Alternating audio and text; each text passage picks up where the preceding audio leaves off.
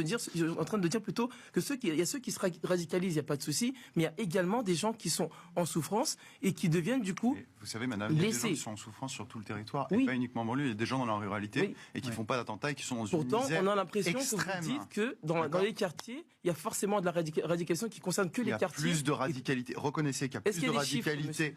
Ah bah oui, là pour le coup, excusez-moi. Ils sont radicalisés uniquement dans les quartiers. La majorité des attentats qui ont été commis en France quand il était par les personnes de nationalité étrangère, ça venait essentiellement de banlieue. J'ai pas souvenir qu'il y ait un attentat qui soit commis par un agriculteur de la Creuse ou du Cantal, vous voyez. Ça n'existe pas, ces choses-là. La radicalisation, elle vient d'un endroit qui est bien déterminé en France parce qu'il y a un milieu culturel en banlieue qui est favorable effectivement islamiste pour des raisons qui sont liées évidemment à une immigration qui vient du Moyen-Orient et d'Afrique et qui génère cette radicalisation. Alors, voilà. Ça peut être un point, enfin, c'est pas être une version qui est la vôtre, j'entends ce que vous dites, mais ce que je veux dire, c'est quoi? Forcément rattacher la radicalisation ou la misère